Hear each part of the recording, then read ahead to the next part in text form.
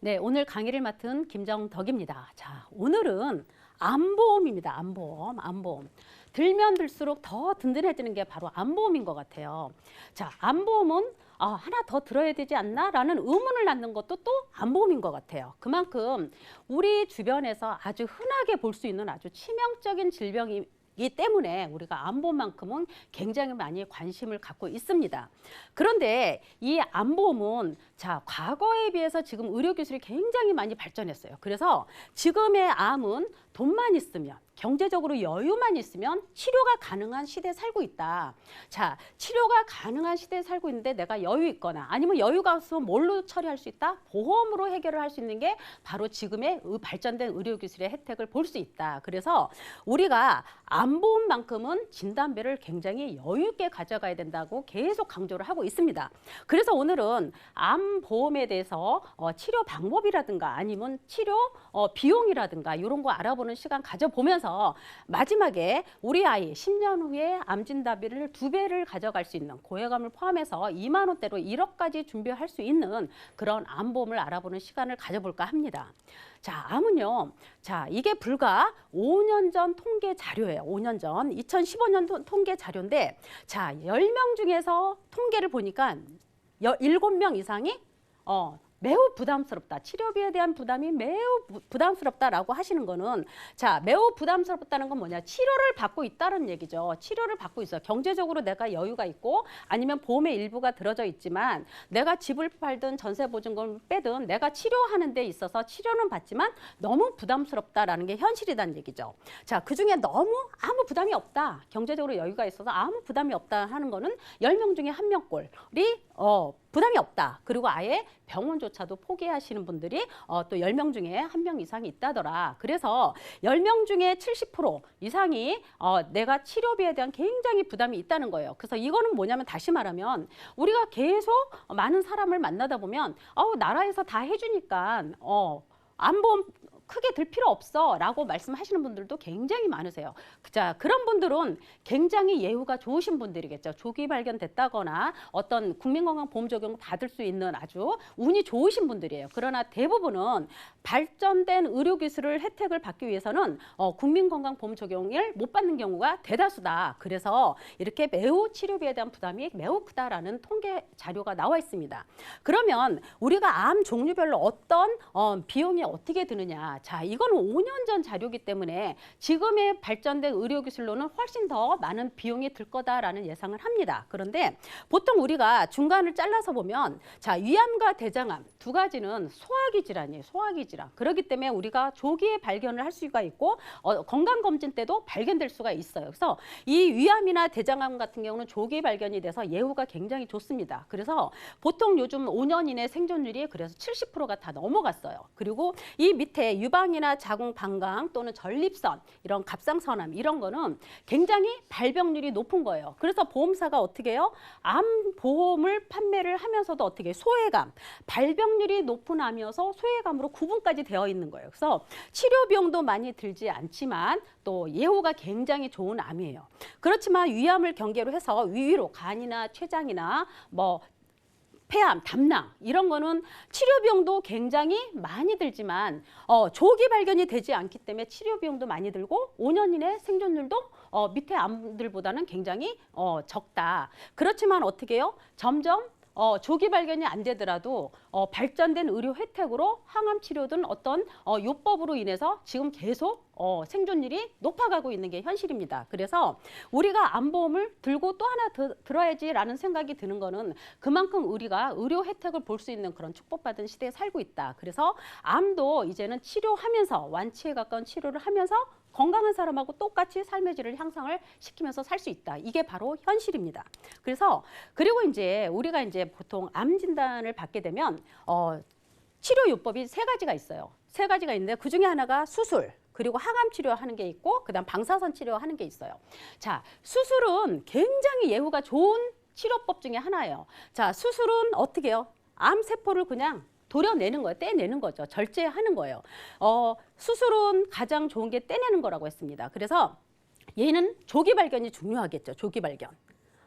수술하기 위해서는 조기 발견이 굉장히 중요해요. 그래서 암 중에서도 예후가 가장 좋은 건 떼어낸다. 암세포를 도려낸다. 이게 가장 좋은 거고, 그 다음에 이제 수술한 경우라든가 수술을 못한 경우에 할 수 있는 게 바로 항암 치료다.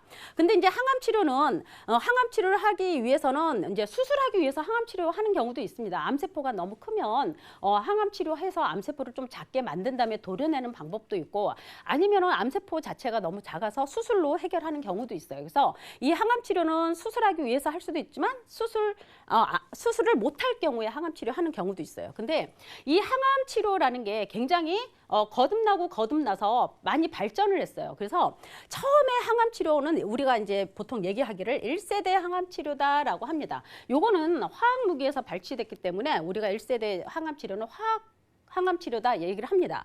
그런데 기존에 이 항암 치료를 1세대 항암 치료를 하다 보니까 어떻게 해요? 계속 항암 치료 하다 보니까 부작용이 굉장히 많이 생겼죠. 그죠? 암세포만 공격하는 게 아니라 그 옆에서 정상세포까지 많이 공격을 하다 보니까 부작용이 굉장히 많이 생겼어요. 그래서 1세대 때는 이 부작용이 많이 생기고 예후가 좋지 않았죠. 그래서 요거보다 더 발전한 게 어떤 치료다? 표적 치료다. 암세포만 집중 공격을 하는 표적 치료가 나왔어요. 2세대 항암 치료가. 이거는 표적 치료인데 요거는 어떻게 해요? 치료를 하다 보니까 암세포를 공격을 하는데 어떻게 해요? 암세포들이 영악하다 보니까 내성이 생겨요. 내성이 생겨서 이 2세대 항암 치료는 표적 치료지만 내성이 생기다 보니까 장기 치료를 못해요. 그래서 요거보다 더 발전된 게 어떤 거다? 3세대 치료다. 3세대 치료가 지금 현재 많이들 임상 실험하면서 3세대 치료를 하고 있는데, 이 3세대 치료가 뭐냐? 면역 치료예요. 면역 치료. 면역 치료는 뭐냐? 암세포를 내 정상세포가 암세포보다 더 강해지게 만드는 치료법입니다. 그래서 내 정상세포가 암세포를 공격을 하는 거예요. 그러다 보니까 얘는 어떻게 해요? 부작용도 안 생겨, 내성도 안 생겨. 그러다 보니까 치료 효법이 굉장히 좋아요. 그런데 얘는 굉장히 고가의 비급여 치료입니다. 비용이 굉장히 비싸요. 그래서 보통 이제 우리가 암 보험을 많이 가입하는 이유 중에 하나가 2세대나 3세대 이런 고가의 비급여 치료가 국민건강보험 적용이 되지 않습니다. 그래서 우리가 암 진단비를 크게 준비하는 이유 중에 하나예요. 그렇지만 이제 항암 치료하고 방사선 치료를 병용해서 하는 경우도 굉장히 많죠. 그래서 예전에는 X선 방사선 치료를 많이 했지만 지금은 양성자, 왜냐하면 경제적으로 여유가 있는 분들은 해외로 나가서 중입자 치료도 많이 받고 와요. 그렇지만 X선보다 더 좋은 방사선 치료, 양성자 치료를 많이 하는데, 양성자 치료도 우리나라에 2군데밖에 없어요. 국립암센터하고 삼성서울병원하고 2군데밖에 없죠. 그러다 보니까 이런 3세대 치료나 양성자 치료 또는 해외로 나가서 하는 중입자 치료가 굉장히 고가의 비용을 쓴다 이거죠. 그래서 지금은 경제적으로 여유가 있는 분들은 해외로 나가서 중입자 치료를 받고 거의 완치에 가까운 생활을 하시는 분들도 있으세요. 간암이나 폐암 이런 진단 받고도. 그래서 지금은 암만큼은 발병률이 굉장히 높은 질환임에도 불구하고 경제적으로 내가 여유만 있으면 치료할 수 있는 축복받은 시대에 살고 있다. 그래서 우리가 암 진단비만큼은 다른 어떤 것보다는 여유 있게 가져가야 된다라고 해서 암보험은 2개, 3개 계속 든든하게 가입하고 있는 추세에 들어가 있죠. 자, 그러면 이렇게 지금 면역치료, 아까 3세대 항암치료예요. 면역치료, 이 암 치료제가 계속 나오고 있어요. 계속 나오고 있는데 이 치료제가 어떻게 보면 암 환자보다 이렇게 계속 임상실험을 거쳐서 나오는 이 치료제가 암 환자보다 훨씬 더 많다고 합니다. 그런데 그 많은 치료제가 다 본인한테 개인한테 개개인이 맞지 않고 계속 임상실험을 하고 있어요. 그러다 보니까 그 검사 실험 그 비용이 어마어마하게 비싸다고 합니다. 그런데 이미 허가를 받아서 이미 이 면역 치료를 하는 경우가 굉장히 많으세요. 자, 이거는 암세포를 공격하는 신개념 항암제라고 그랬어요. 정상세포를 굉장히 강하게 만들어서 암세포를 공격하는 신개념 항암제다. 그래서 이거는 말기 환자도 20~30%가 암이 성장하는데 정지했다. 이런 치료 효과가 이렇게 있다. 지금 이렇게 좋아졌습니다. 그런데 비용은 어떻게 해요? 한 달에 800에서 900만 원 전액 환자 부담이다. 국민건강보험 적용이 안 된다. 나라에서 해주지 못한다. 결론은 개인으로 해야 되는 거예요. 그런데 이런 면역치료는 어떻게 해요? 투약, 약입니다. 처방받아서 우리가 혈압약 먹듯이 처방받아서 먹는 거예요. 매일매일 복용을 하는 겁니다. 그러니까 이거는 입원을 해야 하네요? 입원을 안 합니다. 통원 치료를 하게 되죠. 그런데 우리가 실손보험 갖고 있는 분들은 어떻게 돼? 대부분? 입원하면 100%다 해주거나 8, 90% 해주죠. 통원은 어떻게 해요? 적게는 10만 원에서 많게는 30만 원. 때로는 50만 원, 100만 원짜리 통원비 갖고 계신 분들도 계시지만 대부분 평균적으로 통원비는 실손보험의 통원비는 10만 원에서 30만 원을 많이 갖고 있어요. 자, 통원비 입원하지 않고 통원비로 이런 면역 치료를 받을 수 있을까? 절대 못합니다. 근데 이게 보통 한 달 약 처방 받아서 되는 게 아니라 보통 2년, 3년, 때로는 1년 반 계속 매달 복용을 해야 되는 비용이에요. 그래서 보통 한 달에 8에서 900만 원은 우리가 진단비를 받아서 해결할 수 있는 방법밖에 없다. 그렇지 않으면 경제적으로 내가 여유가 있어야 된다. 그래야 시대에 맞는 내 치료법을 쓸 수가 있다. 이게 바로 현실입니다.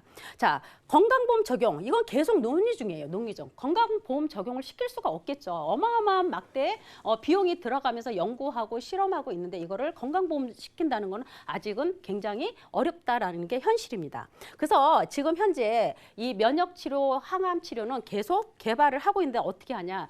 너무 고가고 하니까 기존에 있는 항암제랑 병용해서 쓰는 방법도 많이 논의 중에 있습니다. 그래서 결과적으로는 이렇게 암 치료하는데 현실에 맞는 치료를 하기에는 비용이 많이 든다. 그러면 이 암 치료를 하는 데 있어서 어느 분야에서 가장 치료비가 많이 들까? 바로 한 달 평균 암 치료 비용이 어디서 나온다? 항암 치료에서 나온다.